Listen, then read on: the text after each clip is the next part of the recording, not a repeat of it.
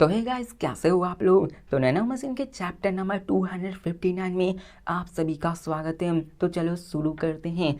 तो जैसा कि अभी तक हमने पिछले एपिसोड में देखा कि कैसे अपना चियोनियन काफ़ी ज़्यादा जख्मी हो चुका था, लेकिन जख्मी होने के बावजूद भी वो ड्रैगन हार्ट के फोर्थ हेड पे अटैक कर देता है। लेकिन जैसे ही वो वहाँ पे अटैक करता है तो अपने चियोनियन की सांसें उखड़ जाती हैं और वो कॉन्शियसनेस को खोने लगता है। लेकिन इसी के साथ वहाँ जहाँ पे ड्रैगन टर्टल का फोर्थ हेड था वहाँ से धमाके होती हैं। उसके अंदर से कुछ टेरिफाइंग रेज बाहर निकलने लगती है और वो कतारें, वो लाइटनिंग सभी को मारने लगती हैं, जिसको देखकर अपने मोयंग पे अटैच होते हैं। वो सबको भागने को कहते हैं ताकि बच सके, लेकिन इसमें कई सारे बंदे मारे जाते हैं। और अभी इसके साथ हमें दिखाया जाता है कि और भी बंदे मारे जा रहे होते हैं। वो लाइटनिंग स्ट्राइक्स अपने डेमन पे अटैच मतलब डेमन कल्ट के लोगों पे अटैक करने वाली थी, लेकिन अपना हैवॉक अपने फायर पावर्स को यूज़ करके उन सारे लाइटनिंग स्ट्राइक्स का रोक करके सारे बंदों को बचा लेता है। जिसके साथ हमें ग्रेट गार्डियन को दिखाया जाता है, जहाँ पे ग्रेट गार्डियन ये आवाज़ सुनकर कहते हैं कि ड्रैगन टर्टल दहाड़ रहा है, लेकिन इस दहाड़ से हमें ये पता चल रहा कि वो दर्द में रो रहा है।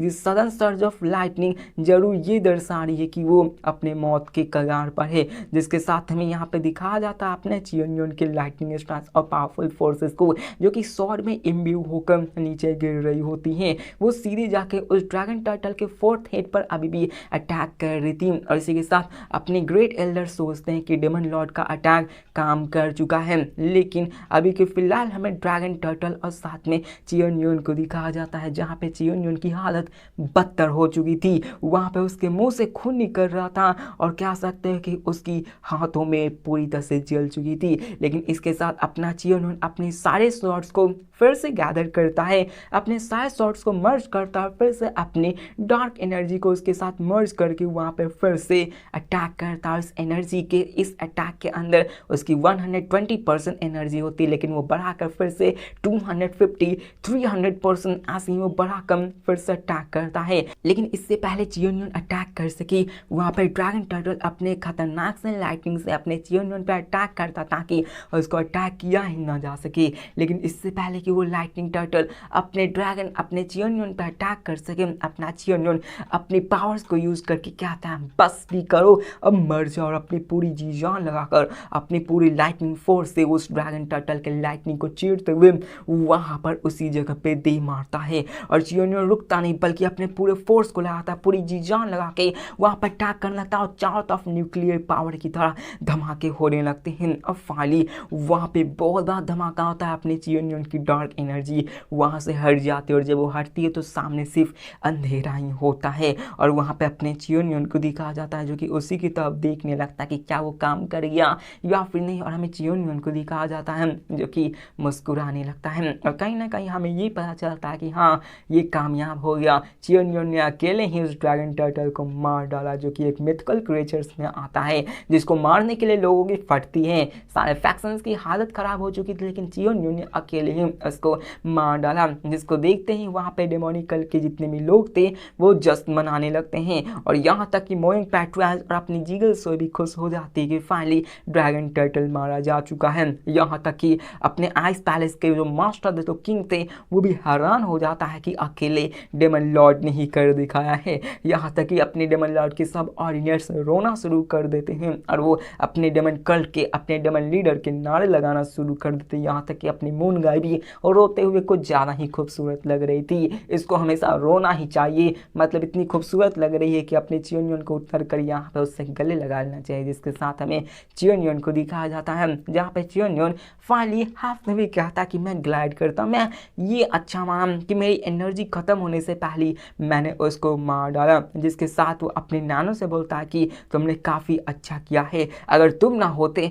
तो मैं ये नहीं कर पाता। लेकिन हमें यहाँ पे दिखाया जाता कि जैसे ही अपना चियोनियन अपने हाथों की तरफ देखकर नानो से बात करने की कोशिश करता है, वहाँ पे एकदम सा समय रुक सा ही जाता है और अपने चियोनियन को कह सकते हो कि एक बहुत ही जोर का सदमा लगता है और वो समझ पाता कि इससे पहले वहाँ पे हुआ क्या। वहाँ पे चियोनियन बहुत ही जोर से अपने मुंह से खून की उल्टियाँ करना शुरू कर देता है और चियोनियन को कुछ ज़्यादा ही बड़ा झटका लगता है। वो वहाँ पे बेहोश होकर नीचे गिरना शुरू कर देता है, जिसको देखकर अपने ह्वांगबो उसको बचाने के लिए जाता है। साथ में ये सभी नज़ारे अपने दूसरे लोग भी देख रहे होते हैं। मोयोंग पैक्टुयाज भी इस नज़ारे को देख रहा होता है कि कैसे आसमान की उड़ती हुई आसमानों से अपना चियोनियन नीचे गिर चुका है। इसी के देखते ही अपने जितने भी रेनवॉर्नी कल्ट के लीडर के बंदे थे वो उसके पास जाने लगते ताकि वो उसको देख सके और इसी के साथ हमें चियोनियन को दिखाया जाता है जिसकी हालत बहुत ज़्यादा ख़राब हो चुकी थी। मतलब कि यार वो कुछ ज़्यादा ही दर्द में कह रहा था और वहाँ पर अपना ह्वांगबो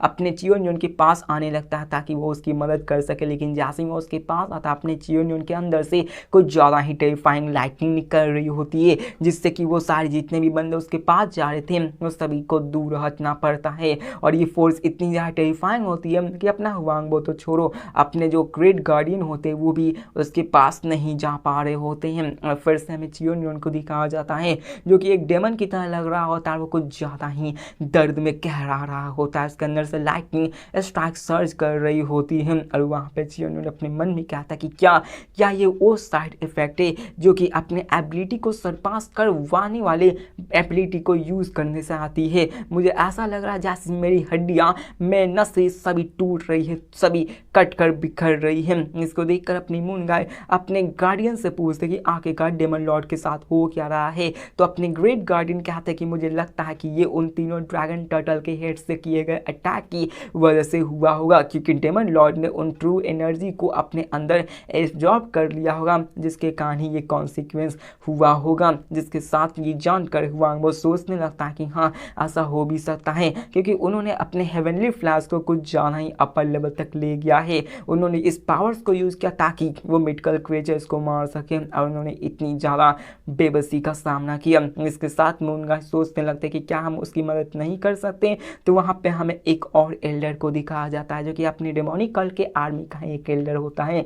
वो कहता है कि लुको मैं आगे जाता हूँ, मैं अपने डेमन लॉर्ड की बॉडी से उस लाइटनिंग की को निकालने की कोशिश करूँगा। और वहाँ पर वो आगे जाने की कोशिश करने लगता है लेकिन यहाँ पर वो आगे बढ़ पाते कि तभी अपना चियोनियन उन सबको कहता कि नहीं मेरे पास मत आना। और चियोनियन सामने देखने लगता है जहाँ पे सारे बंदे मौजूद होते हैं और ड्रैगन टर्टल की हेड कटी हुई थी। और यहाँ पे इस फोटो से आप लोग ये अंदाज़ा लगा लो कि ये ह्यूमंस कितने ही ज़्यादा छोटे थे, इन ह्यूमंस कितने ज़्यादा कीड़े मकोड़े थे एक मिटिकल क्रिएचर के सामने। इसी के साथ अपना चियोनियन अपने पावर्स को इकट्ठा करके वहाँ पर बैठकर मेडिटेशंस करना शुरू कर देता है। और वो वहाँ पे उन सब से कहता है कि मैं अपनी इंटरनल एनर्जी को सर्कुलेट करने वाला हूँ तो मुझे कवर कर लो। जिसके साथ में बाकी के दूसरे बंदे को दिखाया जाता है जो कहते हैं कि मुझे लगता है कुछ गलत। और यहाँ पे जीगल सोई के साथ अपने मोइंग पैक्टवाइज बात कर रहे होते हैं। मोइंग पैक्टवाइज कहते हैं कि मुझे लगता है कि उसके साथ कुछ गलत है। तो अपने जीगल सोई कहते हैं कि हाँ मैं एग्री कर रहा हूँ, मैं एग्री कर रही हूँ क्योंकि मुझे ऐसा लग रहा है कि वो अभी कुछ ज़्यादा ही वीकर है। जिसके साथ हमें एल्डर को दिखाया जाता है जो कहते हैं डेमन लॉर्ड यहाँ पे आप ऐसे करिए, काफ़ी ज़्यादा खतरनाक है, अगर आप पे अटैक हुआ तो फिर। लेकिन ये सुनकर अपने ग्रेट गार्डियन कहते हैं कि 6 स्वॉर्ड्स ट्रूप अपने डेमन लॉर्ड को गार्ड करो, उसके चारों तरफ एक सर्कल बनाओ। जिसके साथ वो सभी अपने डेमन लॉर्ड को घेर लेते ताकि उस पर कोई भी अटैक न कर सके। जिसके साथ हमें मोइंग पैक्टवाइज को दिखाया जाता है जो कि अपने चियोनियन को वीकर पाकर अपने स्वॉर्ड्स को निकालने लगते हैं। उसी के साथ एल्डर कहता है कि but great guardian orthodox Murim alliance और नॉर्टनसी आइस पैलेस वो सभी हम पे मिलकर अटैक कर सकते हैं। अगर ऐसा हुआ तो हम लोग काफ़ी मुश्किल सिचुएशंस में आ सकते हैं। जिसके साथ यहाँ पे अपने ग्रेट गार्डियन उस बंदे से कहते हैं कि हाँ मैं जानता हूँ, लेकिन अपने डेमन लॉर्ड भी इस सिचुएशन से भली भांति परिचित होंगे क्योंकि वो जितने भी बंदे हैं वो सभी यहाँ पे मौजूद है। यहाँ पे जियांगू के लोग हैं और उन सबके सामने एक मिटिकल क्रिएचर्स की एसेंस कोर और ब्लड मौजूद है जिससे कि वो अपनी इंटरनल एनर्जी को काफ़ी ज़्यादा बढ़ा सकते हैं। तो सोचो अभी उनकी क्या प्रायोरिटी होगी, क्या वो हम पे अटैक करेंगे या फिर वो उन सब आपस में लड़कर वहाँ पर उस एसेंस को पाने की कोशिश करेंगे। मतलब कहना साफ था कि अभी चियोन्योन पे कोई भी अटैक नहीं करने जाएगा, क्योंकि चियोन्योन अभी जख्मी है तो उस पर अटैक करने का कोई भी मतलब नहीं बनता। वो सबसे पहले उन एसेंस को पाने की कोशिश करेंगे। तो ये तो देखते कि आखिरकार वो एसेंस किसके हाथों में आता है, क्योंकि यार आपको पता है कि अगर पांचों एसेंस को कलेक्ट कर लिया जाए और उसके ब्लड को पी लिया जाए तो कोई भी बंदा इमॉर्टल बन सकता है। और इसी के लिए सब ने अपनी कहानी को रचा था और टाइमलाइन इसी की वजह से क्रिएट हुई थी। तो मिलते हैं अगले नेक्स्ट वीक के एपिसोड्स में, तब तक के लिए बाय।